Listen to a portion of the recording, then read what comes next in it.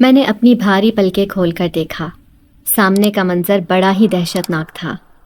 میں کتنے دن سے بے ہوش پڑی تھی اور آج مجھے ہوش آیا تھا۔ مجھے کچھ بھی یاد نہیں آ رہا تھا، لیکن جیسے ہی اٹھ کر بیٹھی تو خود کو اس ویران اور سنسان جگہ پر پایا۔ یہ ایک کھنڈر سا معلوم ہوتا تھا، لیکن میں یہاں کیسے پہنچی؟ میں نے اپنے ذہن پر زور دینے کی کوشش کی اور ارد گرد کا جائزہ لینے لگی۔ یہاں پر کوئی بھی نہیں تھا سوائے سناٹے اور خوفناک اندھیرے کے، لیکن میرا وجود اس قدر کمزور ہو رہا تھا کہ مجھ سے اٹھ کر بیٹھا بھی نہ گیا۔ بس خالی خالی نظروں سے گردن گھما کر ادھر ادھر دیکھتی رہی۔ اچانک ہی میں نے بولنے کی کوشش کی، لیکن یہ جان کر میرے پیروں تلے سے زمین نکل گئی کہ میں اپنی قوت گویائی کھو چکی ہوں۔ میں بار بار حلق سے آواز نکالنے کی کوشش کر رہی تھی۔ میں کسی کو آواز لگانا چاہتی تھی، لیکن میری زبان مارے پیاس کے بالکل خشک ہو چکی تھی۔ اتنی بے بسی تو میں نے اپنی زندگی میں کبھی محسوس نہیں کی تھی۔ تبھی اچانک مجھے اپنی آنکھیں گیلی ہوتی محسوس ہوئیں۔ شاید میں رو رہی تھی۔ ایک دم سے ہی میرے نزدیک قدموں کی چاپ ابھری تھی۔ کسی کا لمبا چوڑا وجود میرے نزدیک آ رہا تھا، لیکن یہ دیکھ کر میری جان میں جان آئی کہ اس کے ہاتھ میں پانی تھا۔ اب وہ مجھے سہارا دے کر پانی پلا رہا تھا۔ میں اس اجنبی کا چہرہ نہیں دیکھ سکی تھی کیونکہ رات کی تاریکی کے باعث مجھے وہ نظر نہیں آیا تھا، لیکن اتنا میں جان گئی تھی کہ یہ بالکل ایک ویران اور خالی جگہ تھی۔ پھر جس طرح سے وہ شخص اندر آیا تھا اسی طرح خاموشی سے واپس چلا گیا۔ میں بے بسی کی حالت میں اکیلی زمین پر پڑی تھی، لیکن اچانک ہی ذہن کے پردے پر ماضی کی تلخ یادیں آنے لگیں تو میں پھوٹ پھوٹ کر روتی تھی۔ زندگی اتنی بھیانک ہوگی یہ تو میں نے کبھی سوچا بھی نہیں تھا۔ میرا نام زرنش ہے۔ میں ایک امیر خاندان سے تعلق رکھتی تھی۔ میں اپنے ماں باپ کی اکلوتی بیٹی تھی۔ امی ابو مجھ پر جان چھڑکتے تھے۔ ابو کا بزنس تھا اور وہ اسی میں مصروف رہتے، جبکہ امی کو گھرداری سنبھالنے سے ہی فرصت نہیں ملتی تھی۔ اس وقت میں کالج میں پڑھ رہی تھی۔ میری زندگی میں کسی چیز کی کوئی کمی نہ تھی، لیکن بس مجھے ایک بات تنگ کرتی تھی کہ ہمارا کوئی رشتہ دار نہیں تھا۔ جس طرح اسکول کالج میں لڑکیوں کے منہ سے ان کی ماموں ممانی پھپھو وغیرہ کا ذکر سنتی، ایسے میں میرے پاس ایسا کوئی بھی رشتہ نہیں تھا۔ میں اکثر اپنی ماں سے یہ سوال کرتی کہ آخر میرے رشتہ دار کیوں نہیں ہے، کوئی تایا چچا یا پھر پھپھو وغیرہ؟ اس سوال پر امی ابو خاموش ہو جاتے تھے۔ پھر ایک دن ابو بڑے اداس لہجے میں کہنے لگے، یہ سب میری غلطی ہے کہ تمہارے پاس ایسا کوئی رشتہ نہیں۔ امی کہنے لگی، صرف تمہاری نہیں بلکہ میری بھی غلطی ہے۔ دراصل بیٹا ہم دونوں نے پسند کی شادی کی تھی۔ کوئی بھی رشتہ دار اس شادی پر خوش نہیں تھا، نہ میرے گھر والے اور نہ ہی تمہاری امی کے گھر والے۔ بس اسی لیے ہماری بدقسمتی تھی کہ ہم نے سب کی پسند پر اپنی محبت کو ترجیح دی اور کورٹ میرج کر لی۔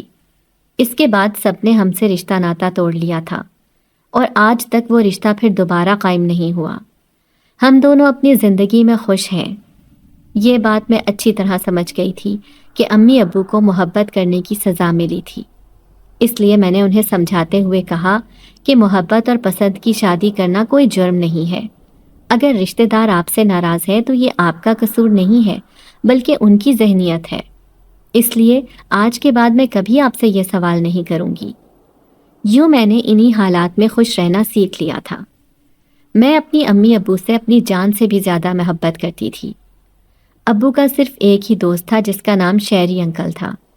وہ ابو کے بزنس پارٹنر بھی تھے، اکثر آنا جانا لگا رہتا تھا۔ میں بھی کبھی کبھار ان کے گھر چلی جاتی تھی۔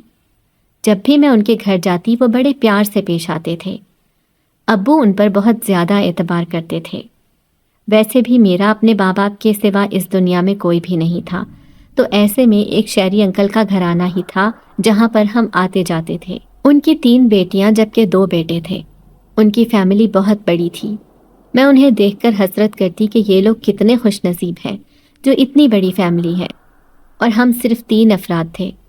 ایسے میں اگر ابو کام کی وجہ سے کہیں دوسرے شہر چلے جاتے تو پیچھے میں اور امی اکیلے ہی رہ جاتے تھے۔ اس دن بھی ابو کو اپنے کسی دوست کے بیٹے کی شادی میں جانا تھا۔ وہ مجھے بار بار کہنے لگے کہ تم بھی ساتھ چلو، لیکن میں نے جانے سے صاف انکار کر دیا۔ اس کی وجہ یہ تھی کہ میرے پیپرز ہونے والے تھے اور میں ان کی تیاری کر رہی تھی، اسی لیے امی ابو دونوں ہی ساتھ چلے گئے۔ کبھی بھی وہ دیر سے واپس گھر نہیں آتے تھے، لیکن اس دن انہیں بہت زیادہ دیر ہو گئی۔ مجھے کیا پتا تھا کہ قیامت میری منتظر ہوگی۔ جب پتا چلا کہ ان کا بہت برا ایکسیڈنٹ ہو گیا ہے تو میری تو دنیا ہی اندھیر ہو گئی تھی۔ میں اسی وقت بے ہوش ہو گئی تھی، لیکن جب ہوش آیا تو سامنے ماں باپ کے جنازے تھے۔ میں سوچ بھی نہیں سکتی تھی کہ پلک جھپکتے میں ہی میں آسمان سے زمین پر گر جاؤں گی۔ امی ابو کے جنازے میں کوئی بھی نہیں آیا تھا، صرف میں ہی تھی۔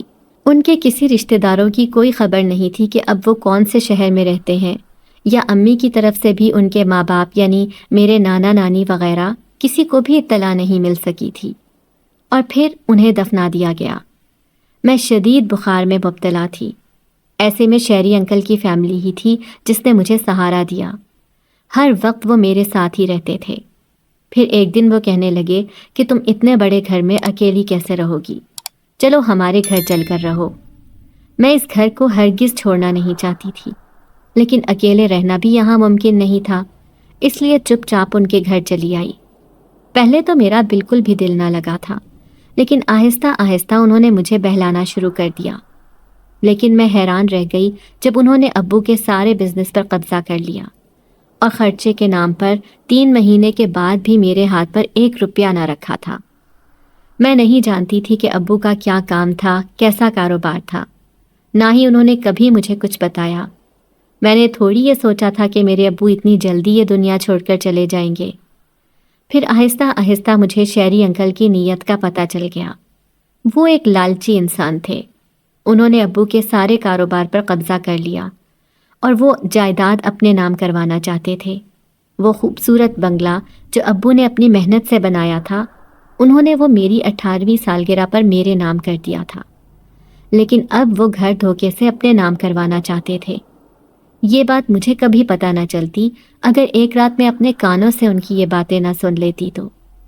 وہ اپنے دونوں بیٹوں کو اپنے کاروبار میں شامل کر چکے تھے اور اس گھر کو بھی اپنے نام کرنا چاہتے تھے۔ جب انہوں نے مجھ سے وہ کاغذات سائن کروانے چاہے، پہلے تو بڑے پیار سے بات کرتے رہے، لیکن جب میں نے نفرت سے انہیں دیکھا اور کہنے لگی کہ آپ ایک لالچی انسان ہیں، آپ میرے ماں باپ کی نشانی بھی مجھ سے چھیننا چاہتے ہیں، میں ان کاغذات پر ہرگز سائن نہیں کروں گی۔ پہلے تو وہ میری بات سن کر حیران رہ گئے، پھر زور زبردستی پر اتر آئے، لیکن میں نے بھی ان کاغذات پر سائن کرنے سے صاف انکار کر دیا۔ لیکن اگلے ہی دن مجھ پر قیامت ٹوٹ پڑی، جب رات اندھیرے میں نہ جانے پانی میں انہوں نے کیا گھول کر ملازمہ کے ہاتھوں مجھے دیا، جسے پی کر میں اپنے ہوش حواس کھو بیٹھی تھی۔ پھر اسی بے ہوشی میں مجھے محسوس ہوا جیسے کسی نے مجھے گاڑی میں بٹھایا ہو۔ اب وہ گاڑی ایک ویران اور سنسان جگہ پر آ گئی تھی۔ پھر انہوں نے مجھے ایک گہری نہر میں دھکا دے دیا تھا۔ میں ہاتھ پاؤں مارتی ہوئی جیسے ہوش میں آ چکی تھی، خود کو بچانے کی ناکام کوشش کرتی رہی، لیکن میرے ذہن پر غنودگی طاری ہونے لگی تھی۔ لیکن بس مجھے ایسا محسوس ہوا تھا جیسے کوئی کالا سایہ میری طرف بڑھا ہو، جس نے پلک جھپکتے میں مجھے پانی سے نکال کر باہر کر دیا، اور پھر مجھے نہ جانے کتنی دیر بعد ہوش آیا تھا۔ میرے جسم میں تو جان ہی نہیں تھی۔ میں اس قدر کمزور ہو چکی تھی کہ میرے لفظ ساتھ نہیں دے رہے تھے کہ میں کسی سے کوئی بات کر پاتی۔ پھوٹ پھوٹ کر روتی میں اس ویران اور کھنڈر سی جگہ پر پڑی تھی۔ میرا جسم حرکت بھی نہیں کر پا رہا تھا۔ شاید 10 گھنٹے سے بھی زیادہ تک میں پانی میں جان بچانے کی کوشش کرتی رہی تھی، اور اب میری ذہنی حالت بہت خراب ہو چکی تھی۔ میں تو اس شخص کو بھی نہ دیکھ پاتی تھی جو میرے قریب آتا مجھے اپنے ہاتھ سے کھلاتا پلاتا تھا، جسے کھا کر میں اپنے جسم میں توانائی محسوس کرتی۔ پھر وہ دن بھی آیا جب میں ذرا سی حرکت پر اٹھ کر بیٹھ گئی، بمشکل اٹھ کر کھڑی ہوئی اور یہاں کا جائزہ لینے لگی۔ جیسے ہی اس کھنڈر نما عمارت سے باہر نکلی تو میرے پیروں تلے سے زمین نکل گئی۔ باہر پھیلا خوفناک سناٹا اور دور دور تک جھاڑیوں سے اٹا ہوا یہ جنگل، ان سب چیزوں کو دیکھ کر میں بری طرح بدحواس ہو گئی تھی۔ پھر اسی کھنڈر میں آ کر ایک کمرے میں چھپ کر بیٹھ گئی۔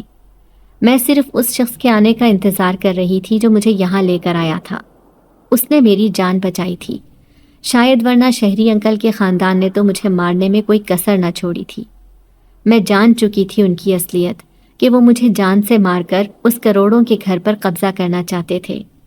اسی لیے انہیں مجھ سے جان چھڑانے کا واحد یہی طریقہ نظر آیا تھا۔ میں نے دیکھا میرے جسم پر وہی لباس تھا جو جگہ جگہ سے پھٹ چکا تھا۔ میرے پاس تو کوئی چادر بھی نہیں تھی جس سے میں اپنے آپ کو ڈھانپ لیتی۔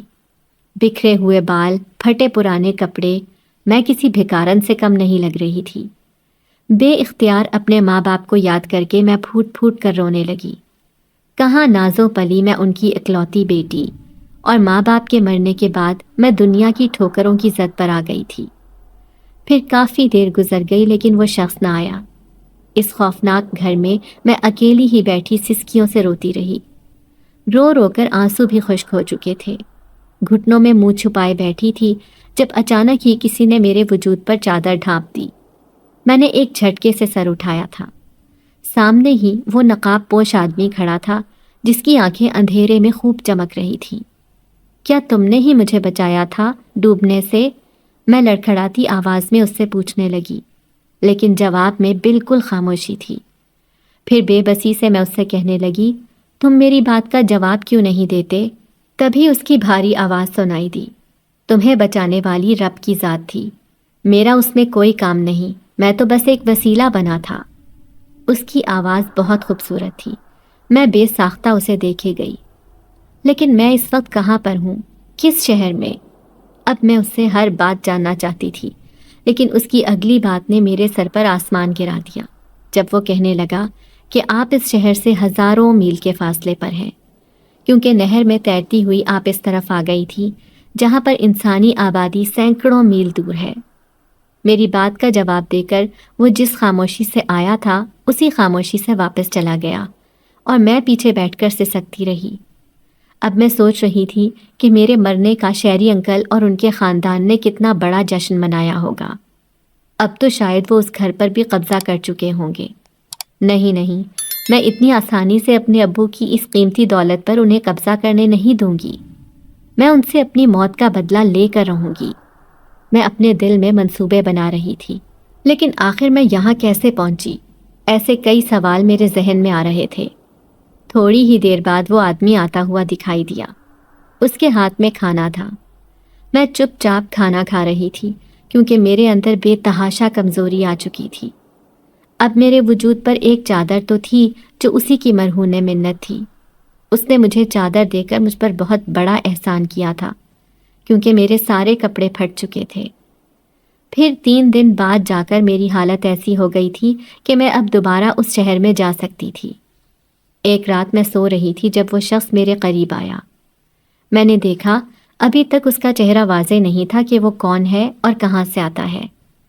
میں اسی کھنڈر نما گھر میں پڑی رہتی تھی کیونکہ میری حالت ایسی نہیں تھی کہ میں کہیں جا سکتی۔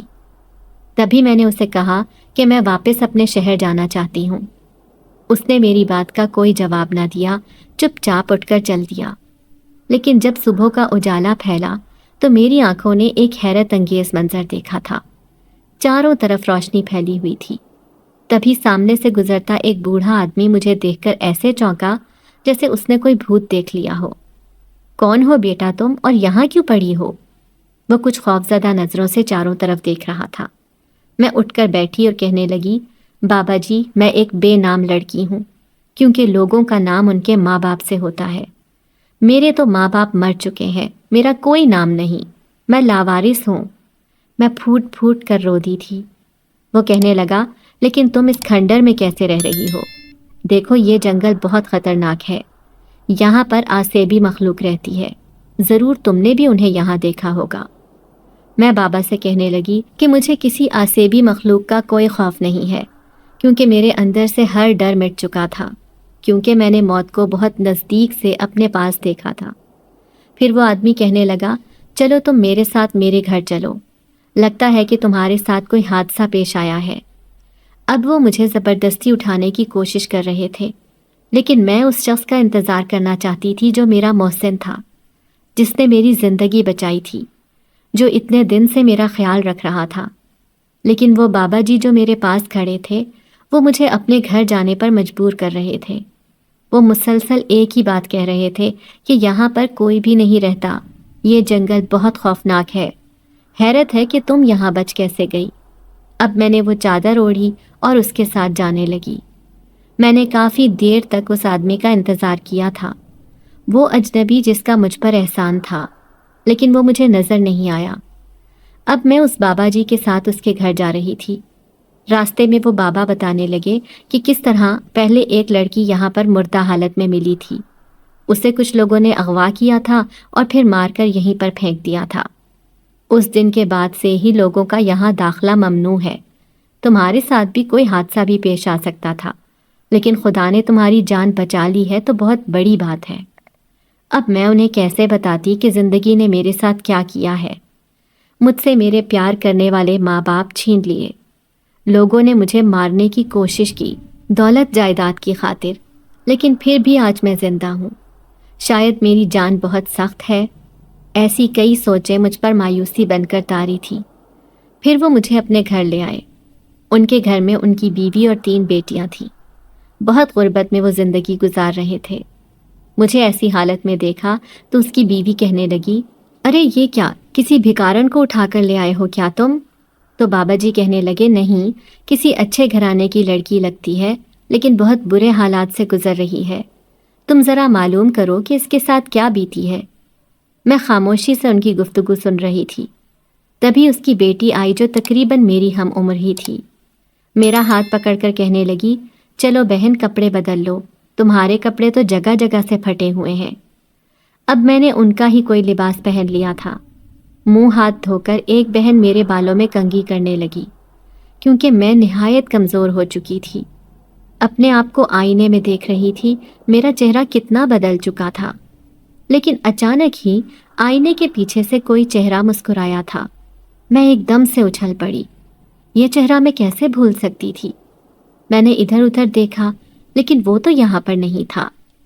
تبھی سامنے کھڑی لڑکی کہنے لگی، میرا نام رمشا ہے اور میں بابا کی تیسری بیٹی ہوں۔ کیا ہوا؟ تم اتنا ڈر کیوں رہی ہو؟ اور تمہارا نام کیا ہے؟ میں نے خاموشی سے اسے اپنا نام بتا دیا تھا۔ پھر وہ تینوں ہی میرے پاس بیٹھیں اور مجھ سے پوچھنے لگیں کہ آخر تمہارے ساتھ کیا ہوا ہے؟ تم اتنی چپ کیوں ہو؟ بتاؤ تو صحیح۔ پھر میں نے انہیں ساری بات بتا دی کہ کس طرح ماں باپ کے مرنے کے بعد لوگوں نے میرے ساتھ یہ سلوک کیا اور مجھے مرنے کے لیے پانی میں پھینک دیا۔ وہ تو میری زندگی تھی جو میں آج زندہ یہاں بیٹھی ہوں، ورنہ شاید کب کی قبر میں سو رہی ہوتی۔ وہ تینوں حیران ہو رہی تھی۔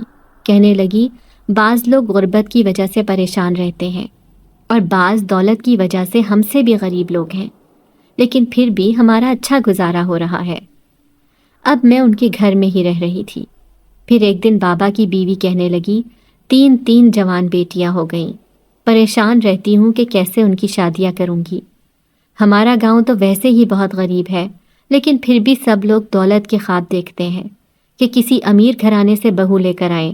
اب میری بڑی والی بیٹی 28 سال کی ہو جائے گی، بس اس کے لیے پریشان رہتی ہوں۔ میں ان کی پریشانی سمجھتی تھی۔ کاش میرے ہاتھ میں ہوتا تو میں ان کی تینوں بیٹیوں کی شادیاں کروا دیتی۔ لیکن اچانک ہی میرے ذہن میں خیال آیا تھا، اگر کسی طرح میری ساری دولت مجھے مل جائے تو میں بڑے آرام سے یہ کام کر سکتی ہوں۔ ہاں، مجھے اپنی وہ جائیداد حاصل کرنی ہوگی جو دھوکے سے شیری انکل نے اپنے خاندان کے نام کر دی ہے اور خود میرے باپ کی جائیداد پر عیش کر رہے ہیں۔ میں رات دن ایسے ہی منصوبے بناتی رہتی تھی۔ تو پھر ایک رات میں سوئی تو اچانک ہی ایسا محسوس ہوا جیسے کوئی میری چارپائی کے پاس کھڑا ہو۔ میں ایک جھٹکے سے اٹھ کر بیٹھی تھی۔ تبھی سامنے کھڑا وجود مجھے دکھائی دینے لگا، لیکن وہ یہاں کیسے پہنچ سکتا تھا؟ وہ سامنے ہی کھڑا تھا، مسکراتی نظروں سے مجھے دیکھتا ہوا۔ اب میں اس کے پاس جا رہی تھی۔ چلتے چلتے میں دروازے تک آ گئی۔ جیسے ہی دروازہ کھول کر باہر آنے لگی تو اچانک ہی پیچھے سے بابا کی آواز سنائی دی، بیٹی کہاں جا رہی ہو آدھی رات کے اس وقت؟ میں چونک کر پیچھے پلٹی۔ بابا حیران پریشان نظروں سے مجھے دیکھ رہے تھے۔ جبکہ میں نے سامنے کی طرف دیکھا، وہ وجود غائب ہو چکا تھا۔ وہ مجھے اپنے پاس بلا رہا تھا۔ میں نیند کی حالت میں انہیں بتا رہی تھی۔ وہ ایک دم سے پریشان ہو گئے، پھر کہنے لگے، کون تمہیں بلا رہا تھا؟ یہاں تو کوئی بھی نہیں ہے۔ میں بری طرح ہڑبڑا گئی تھی۔ میرا ذہن بھی بہت بھاری ہو رہا تھا۔ پھر میں واپس سونے کے لیے لیٹ گئی، لیکن پوری رات نیند نہ آئی۔ بار بار مجھے اسی کا خیال آتا رہا۔ پھر ایک دو بار نہیں، کئی بار وہ میرے سامنے آتا۔ میں اس سے پوچھنا چاہتی تھی کہ وہ ہر بار آ کر میری نظروں سے پوشیدہ کیوں ہو جاتا ہے، اسے کس بات کا ڈر ہے۔ میں اس سے بات کرنا چاہتی تھی۔ پھر اس بات کا ذکر میں نے ایک دن بابا کے سامنے کیا۔ جب انہوں نے میری بات سنی تو وہ خوفزدہ لہجے میں کہنے لگے، بیٹا، جو تمہیں نظر آتا ہے وہ کوئی انسان نہیں ہو سکتا۔ یہ آپ کیا کہہ رہے ہیں؟ وہ انسان ہی ہے۔ اس نے اتنے دن تک میرا خیال رکھا۔ یہ دیکھیں، یہ کالی چادر اسی نے مجھے دی تھی۔ تبھی بابا نے اس چادر کو سونگ کر دیکھا اور کہنے لگے، اس میں سے تو جنات کی بو آتی ہے۔ میں اچھی طرح جانتا ہوں کہ اس جنگل میں جنات آباد ہیں۔ وہ پورا جنگل آسیبی ہے۔ میں حیرت سے ان کی بات سن رہی تھی تو بابا کہنے لگے، یہ جنگل آج سے نہیں، کئی 100 سالوں سے بے آباد ہے۔ ویسے بھی انسانوں کا آنا جانا وہاں منع ہے۔ ایک تو وہاں پر قتل و غارت گری بہت زیادہ ہو گئی تھی، دوسرا ڈاکو وغیرہ کو وہاں چھپنے کا موقع مل گیا تھا۔ ایسے میں جب سے پابندی لگا دی گئی کہ کوئی بھی اب اس جنگل کا رخ نہیں کرے گا، تو آہستہ آہستہ انسانوں کا بالکل ہی وہاں آنا جانا ختم ہو گیا۔ اب کسی کو کوئی وہاں آتا جاتا دکھائی دیتا ہے تو سب یہی سمجھتے ہیں کہ ضرور یہ کوئی غیر فطری مخلوق ہے، انسان نہیں۔ اور تمہارے ساتھ بھی کچھ ایسا ہی ہوا ہے۔ بابا جی تو اپنی طرف سے سچائی بتا رہے تھے، لیکن مجھے پورا یقین تھا کہ وہ مہربان شخص میری زندگی میں دوبارہ ضرور واپس آئے گا اور مجھے حقیقت بتائے گا کہ وہ کوئی جنات ہے یا انسان جس نے مجھے بچایا ہے، جس نے مجھے واپس زندگی کی طرف دھکیلا تھا۔ پھر ایک دن میں بابا سے کہنے لگی، میں واپس اپنے شہر جانا چاہتی ہوں۔ میں دیکھنا چاہتی ہوں کہ وہ لالچی لوگ کیسے میرے باپ کی دولت سے عیاشی کر رہے ہیں۔ وہاں مت جاؤ بیٹا، تمہیں خطرہ ہے۔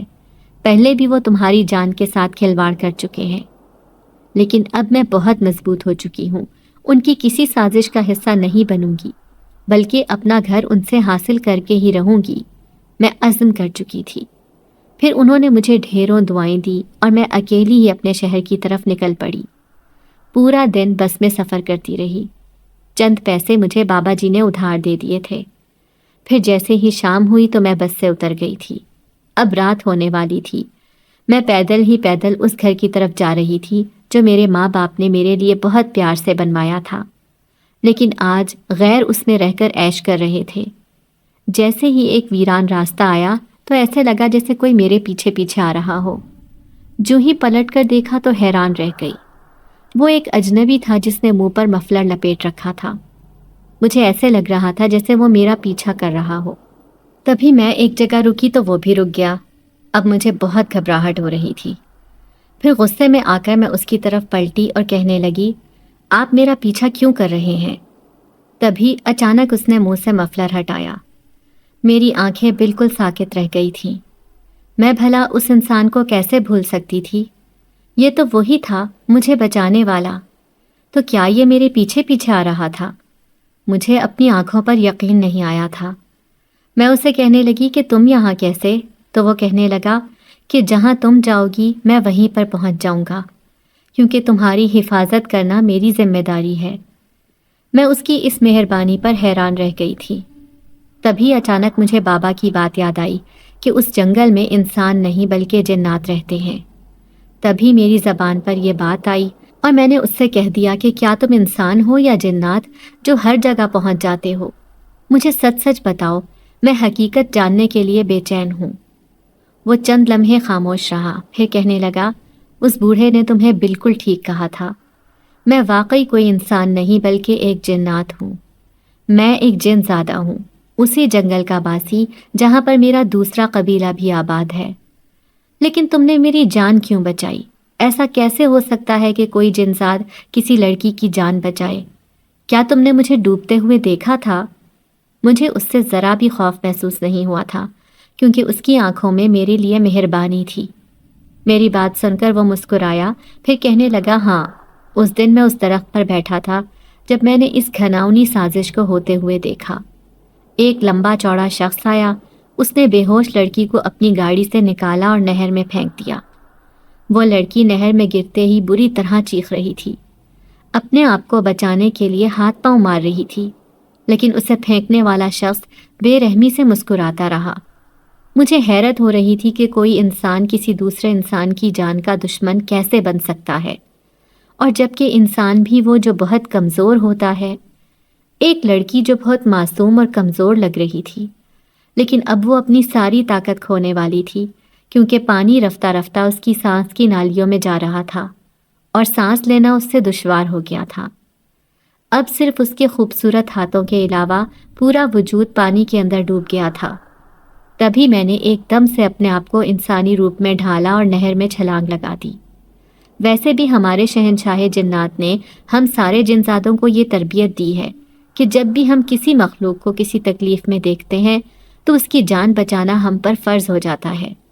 اس لیے میں نے آؤ دیکھا نہ تاؤ اور تمہیں پانی سے نکال کر لے آیا۔ کئی دن تک تمہارا خیال رکھا۔ تمہیں یہ جان کر حیرت ہوگی کہ پورے 3 دن بعد تمہیں ہوش آیا تھا، کیونکہ تمہاری ذہنی حالت بہت زیادہ خراب ہو چکی تھی۔ میں تو تمہیں ہمیشہ کے لیے اپنے پاس رکھنا چاہتا تھا، لیکن شاید یہ ممکن نہیں تھا۔ اچھا ہوا جو تم وہاں سے چلی گئی، ورنہ کب تک ہم جنات کی دنیا میں رہتی۔ اب بھی میں تمہیں اکیلا نہیں چھوڑوں گا۔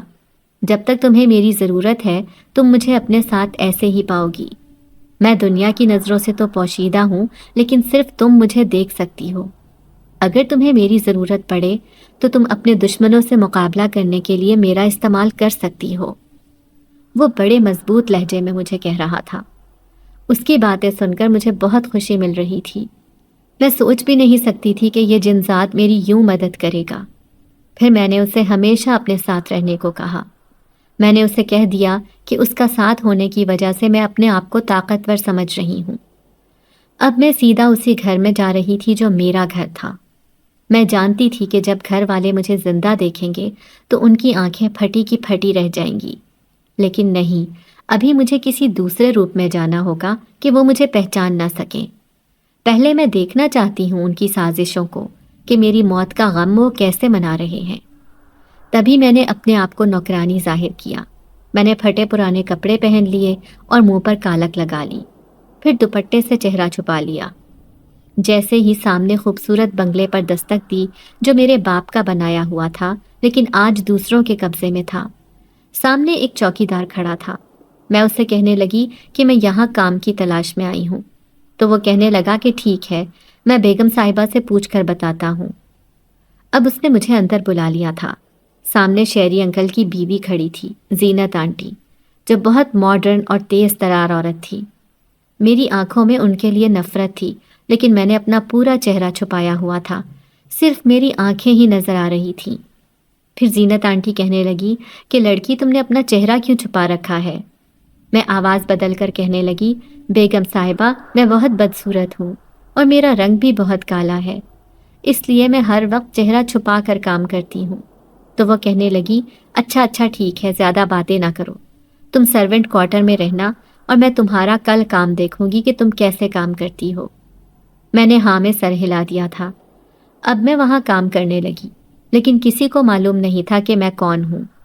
پھر ایک دن میں نے شہری انکل کو اپنی بیوی سے بات کرتے ہوئے دیکھا، جب وہ کہہ رہے تھے کہ ہارون کے اس خوبصورت گھر پر تو میری کب سے نظر تھی، میرا بس نہیں چلتا تھا کہ میں اس کی یہ ساری دولت چھین لوں۔ تم نہیں جانتی زینت کہ میں نے تو کاروبار میں معمولی سے پیسے لگائے تھے، سارے پیسے تو ہارون کے تھے، لیکن آہستہ آہستہ کر کے میں نے سازش کر کے اپنا حصہ مضبوط کر لیا اور اسے کمزور کرنا شروع کر دیا۔ بس اسی بات کا صدمہ اسے برداشت نہ ہوا تھا۔ اس دن بھی میں نے اسے کاروبار ڈوبنے کی جھوٹی خبر سنائی، تبھی تو مارے پریشانی کہ اس کا اس قدر برا ایکسیڈنٹ ہوا کہ وہ اس دنیا سے ہی رخصت ہو گیا۔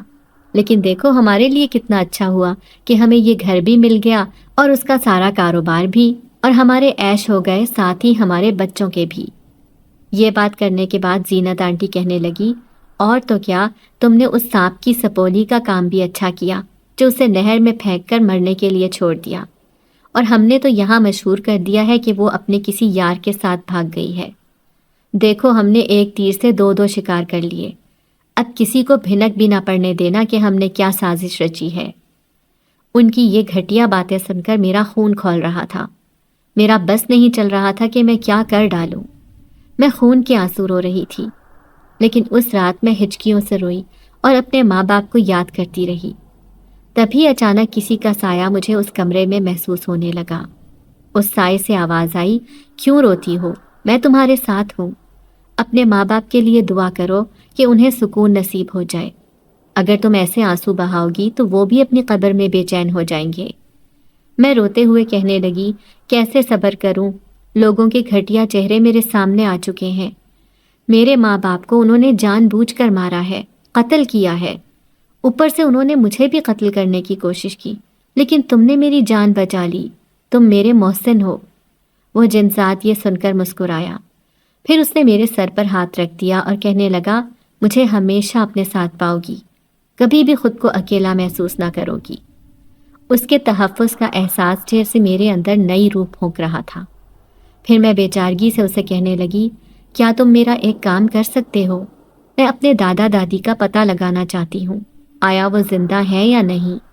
اگر وہ زندہ ہوئے تو پھر میں ان کے ذریعے ہی ان کی سازش بے نقاب کروں گی، انہیں جیل کی سلاخوں کے پیچھے ڈالوں گی، اپنے اقدام قتل کے جرم میں۔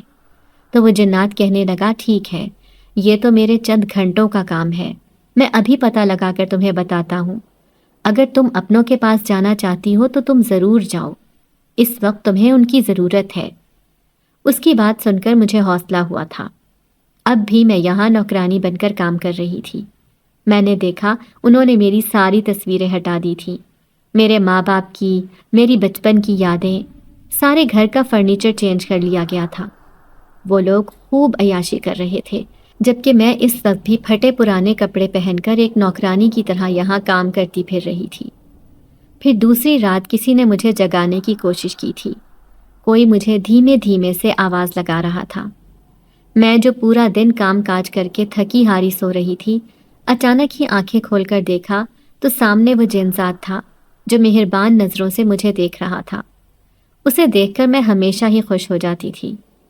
اب بھی میں اس کی بات سننے کی منتظر تھی جب وہ اپنی خوبصورت آواز میں کہنے لگا کہ میں نے تمہارے رشتہ داروں کا پتہ لگا لیا ہے، وہ ایک دوسرے شہر میں رہتے ہیں لیکن وہ اچھے خاصے امیر ہیں، تمہیں سہارا بھی دے سکتے ہیں اور تمہارے ساتھ کی گئی ہر زیادتی کا بدلہ بھی لے سکتے ہیں، اس لیے تمہیں ان کے پاس ضرور جانا چاہیے۔ اس کی بات نے مجھے بہت خوشی دی۔ پھر میں کہنے لگی، ٹھیک ہے، میں آج رات ہی تمہارے ساتھ وہاں چلتی ہوں، کیا تم مجھے وہاں پہنچا سکتے ہو؟ تو وہ کہنے لگا، کیوں نہیں، میں ہمیشہ تمہاری حفاظت کروں گا اور تمہارے ساتھ رہوں گا۔ تم ابھی اور اسی وقت اس گھر سے چلی جاؤ اور جب واپس لوٹو تو ان کے ساتھ یہاں آنا تاکہ تمہیں ان سے کوئی بھی خطرہ نہ ہو۔ پھر اسی رات میں چپکے سے اس گھر سے فرار ہو گئی تھی اور اس جنزاد کے ساتھ اپنوں کی تلاش میں نکل پڑی۔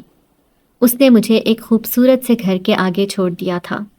میں جاتے ہوئے بہت ڈر رہی تھی، نہ جانے یہ لوگ میرے ساتھ کیا سلوک کریں، مجھے قبول بھی کریں گے یا نہیں۔ جیسے ہی میں اندر گئی تو سامنے ایک عورت بیٹھی تھی۔ وہ اچھی خاصی عمر کی تھی لیکن اس کے اندر میرے ابو کی جھلک تھی، ایسے لگ رہا تھا جیسے وہ میری دادی تھی۔ جب میں ان کے سامنے گئی تو وہ بڑی حیران نظروں سے مجھے دیکھ رہی تھی۔ تبھی سامنے کمرے سے ایک ادھیڑ عمر شخص نکل کر آئے تھے۔ وہ بالکل میرے ابو کے ہم شکل تھے، ایسے لگتا جیسے وہ میرے ابو کے بھائی ہوں۔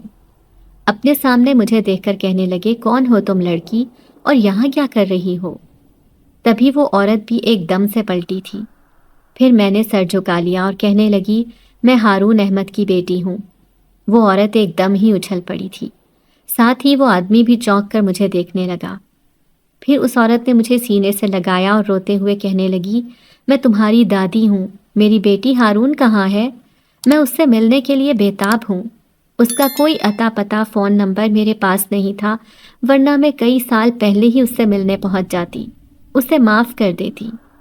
میں ان کی بات سن کر رونے لگی اور کہا کہ دادی، وہ اس دنیا میں نہیں رہے، اماں اور وہ دونوں یہ دنیا چھوڑ کر جا چکے ہیں۔ یہ سنتے ہی وہ صوفے پر گر گئی تھی۔ تبھی سامنے کھڑے میرے چچا انہیں سنبھالنے لگے۔ سارے ہی گھر والے اکٹھے ہو گئے تھے، یہ سب میرے اپنے تھے۔ انہوں نے ابو کو معاف تو کر دیا تھا لیکن اب دیر ہو چکی تھی، وہ اس دنیا سے جا چکے تھے۔ پھر جب میں نے انہیں شہری انکل کی سازش کے بارے میں آگاہ کیا تو میرے چچا کا خون کھولنے لگا۔ وہ کہنے لگے، اس مکار شخص کی اتنی ہمت کہ وہ تمہیں قتل کرنے کی سازش کرے؟ ہم اس سے ضرور بدلہ لیں گے اور ساتھ ہی اپنے بیٹے کا وہ کاروبار بھی تمہارے نام کروائیں گے، کیونکہ اس پر صرف تمہارا حق ہے۔ دادی نے فیصلہ کر لیا تھا۔ اب چچا اور دادی میرے ساتھ جا رہے تھے، شہری انکل کا اصل نقاب کے پیچھے چھپا چہرہ دنیا کو دکھانے کے لیے۔ اس رات میں بہت سکون سے سوئی تھی۔ میری آنکھوں میں بہت خوشی تھی جب میں نے ایک خوبصورت خواب دیکھا کہ میں ایک باغ میں ٹہل رہی ہوں جہاں پر پھول ہی پھول ہیں۔ پھر میں نے اپنے آپ کو دیکھا کہ میں نے شہزادیوں والا لباس پہن رکھا ہے اور میں جھولے پر بیٹھی ہوں، لیکن پیچھے کوئی کھڑا ہے جو مجھے تیز تیز ہوا کے سپرد کر رہا ہے۔ جیسے ہی میں نے پلٹ کر مسکراتے ہوئے پیچھے مڑ کر دیکھا تو وہ کوئی اور نہیں بلکہ جن ذات تھا۔ اس کی صورت دیکھتے ہی ایک دم سے میری آنکھ کھل گئی۔ ایسے لگ رہا تھا جیسے وہ ابھی بھی میرے قریب ہی ہو۔ میری سانسیں بہت بوجھل ہو رہی تھیں۔ اس خواب نے مجھے بہت خوشی دی تھی۔ ایسے لگ رہا تھا کہ جن ذات نے میرے دل میں خاص جگہ بنا لی تھی۔ پھر اگلے دن میں چچا اور دادی کے ساتھ شہری انکل کے گھر پہنچ گئی۔ ان کی آنکھیں پھٹی کی پھٹی رہ گئی تھیں۔ پورا گھر اکٹھا ہو گیا۔ تبھی میں چیخ چیخ کر سب کے سامنے کہنے لگی کہ یہ لوگ میرے قاتل ہیں، انہوں نے جان بوجھ کر مجھے مارنے کی کوشش کی۔ چچا کہنے لگے میں نے پولیس بلوا لی ہے، اب وہ اس آدمی کو گرفتار کر کے اپنے ساتھ لے جائے گی۔ 2 گھنٹے کے اندر اندر یہ پورا گھر خالی کر دو، ایسا نہ ہو کہ میں اس پورے خاندان کو پولیس میں گرفتار کروا دوں۔ چچا کی پہنچ بہت دور تک تھی۔ شہری انکل ان کے سامنے گڑ گڑاتے ہوئے کہنے لگے مجھے معاف کر دو، مجھ سے غلطی ہو گئی۔ لیکن چچا اور میں نے انہیں معاف نہیں کرنا تھا، کیونکہ انہوں نے تو مجھے مارنے کی سازش کی تھی۔ ساتھ ہی میرے ابو کا بھی خیال نہ کیا اور انہیں اتنی ذہنی ٹینشن دی کہ اس دن وہ ایکسیڈنٹ کا شکار ہو گئے تھے۔ تھوڑی دیر بعد پولیس آئی اور انہیں گرفتار کر کے لے گئی۔ آخر کار وہ اپنے انجام کو پہنچ چکے تھے۔ پھر ان کا سارا سامان اٹھا کر باہر پھینک دیا۔ اب میں اس گھر میں رہ رہی تھی۔ پھر میں نے دادی سے کہا کہ وہ میرے ساتھ ہی رہیں، کیونکہ میں اکیلی اس گھر میں نہیں رہ سکتی۔ دادی بار بار کہتی کہ تم ہمارے ساتھ اسی گھر میں رہو، لیکن میں یہ بات ماننے کو تیار نہیں تھی۔ یہاں پر میرے ماں باپ کی نشانیاں تھیں، ان کی یادیں تھیں، اس لیے میں ہمیشہ اس گھر میں رہنا چاہتی تھی۔ پھر میری دادی میرے ساتھ اس گھر میں رہنے پر تیار ہو گئی۔ اب اس گھر میں سناٹا اور خاموشی تھی، لیکن پھر بھی میں خوش تھی۔ ایسے لگتا کہ میرے ماں باپ میرے ساتھ نہ ہوتے ہوئے بھی موجود ہیں۔ میں ان کی کمی ہر پل محسوس کرتی تھی۔ پھر اس دن آدھی رات کو میں باہر لان میں بیٹھی تھی۔ چنبیلی کے پھولوں کی خوشبو چاروں طرف پھیلی ہوئی تھی۔ میں اداس سی چاند کو دیکھ رہی تھی۔ تبھی مجھے اپنے کانوں میں سرگوشی سنائی دی، اب تو اداس نہیں ہونا، اب مسکرا کر دکھا دو۔ میں خوفزدہ سی ہو کر اٹھ کر چاروں طرف دیکھنے لگی۔ سامنے ہی درخت کے پیچھے وہ کھڑا تھا، وہی جن ذات جو میرا مددگار تھا۔ میں نے دیکھا دھیرے دھیرے وہ میرے قریب آ رہا تھا۔ میں مسکراتی ہوئی نظروں سے اسے دیکھ رہی تھی۔ پھر وہ میرے پاس آیا اور کہنے لگا اب تم بہت خوش ہو، اس لیے تمہیں میری ضرورت نہیں، میں اپنی دنیا میں واپس جا رہا ہوں۔ اس کی بات سن کر میں اداس ہو گئی اور کہنے لگی نہیں، میں تمہیں ہمیشہ اپنے پاس دیکھنا چاہتی ہوں۔ جن ذات میری بات سن کر مسکرایا، پھر کہنے لگا کیا تمہیں میرے وجود سے ڈر نہیں لگتا؟ تو میں کہنے لگی کہ کیسا ڈر، تم ایک مہربان جن ذات ہو، تم نے میری ایسی مدد کی ہے جو شاید کوئی دوسرا انسان کبھی بھی نہ کر سکتا، تم میرے خفیہ مددگار ہو۔ وہ کہنے لگا کہ آج نہیں تو کل مجھے واپس اپنی دنیا میں لوٹنا ہوگا، آخر کب تک میں یہاں پر رہ سکتا ہوں؟ میرا پورا قبیلہ وہیں جنگل میں آباد ہے، اس کھنڈر میں میرا ٹھکانہ تھا جہاں پر میں نے تمہیں اپنے پاس رکھا ہوا تھا۔ میں تو چاہتا تھا کہ تم ہمیشہ میرے ساتھ رہو، لیکن شاید یہ آسان نہیں تھا۔ آج تم اپنے گھر میں خوش ہو، میرے لیے یہی بہت ہے۔ جب بھی کبھی تمہیں میری یاد آئے تو بس ایک بار مجھے یاد کر لینا، میں تم سے ملنے ضرور آ جاؤں گا۔ وہ مسکراتے ہوئے مجھے دیکھتا میرے سامنے سے غائب ہو گیا۔ میں بہت زیادہ اداس ہو گئی تھی اس کے چلے جانے سے۔ لیکن دوسرے دن دادی کہنے لگی کل رات میں نے تمہیں لان میں کسی سے باتیں کرتے ہوئے دیکھا تھا، وہ کون تھا؟ ایسے لگ رہا تھا جیسے وہاں کسی کی پرچھائی کھڑی ہو، لیکن چہرہ واضح نہیں تھا۔ وہ بہت زیادہ ڈری ہوئی لگ رہی تھی۔ میں ان کی بات سن کر مسکرا دی اور کہنے لگی، دادی یوں سمجھ لو کہ وہ ایک پوشیدہ مخلوق ہے جو صرف مجھ سے ملنے آتی ہے۔ دادی میری بات سن کر حیران تھی۔ پھر میں انہیں کہنے لگی، جب شہری انکل نے مجھے نہر کے پانی میں پھینکا تھا، آپ جانتی ہیں کہ وہ پانی کتنا گہرا تھا؟ میں نے موت کو بہت نزدیک سے دیکھا، لیکن پھر آپ یہ سوچیں کہ میں اتنے گہرے پانی سے کیسے بچ گئی؟ اب دادی بھی حیران تھی۔ وہ کہنے لگی، ہاں یہ تو میں نے سوچا ہی نہیں، آخر تمہیں کس نے بچایا تھا؟ اور تمہیں تو تیرنا بھی نہیں آتا۔ میری بیٹی، پھر وہ کون تھا تمہیں بچانے والا؟ میں اس کا شکریہ ادا کرنا چاہتی ہوں۔ اگر وہ ایک بار میرے سامنے آیا تو میں اس سے کہوں گی کہ اس نے میرے ہارون کی نشانی کو دوسری زندگی دی، میں اس کی احسان مند ہوں۔ میں ان کی بات سن کر مسکرا دی اور کہنے لگی، دادی آپ کو شاید یقین نہ آئے کہ مجھے بچانے والا کوئی انسان نہیں بلکہ ایک جن ذات تھا۔ ان کی آنکھیں پھٹی کی پھٹی رہ گئی تھیں۔ وہ کہنے لگی کہ یہ کیا کہہ رہی ہو؟ تو میں اداسی سے کہنے لگی، میں سچ کہہ رہی ہوں دادی، مجھے بچانے والا ایک جن ذات ہی تھا۔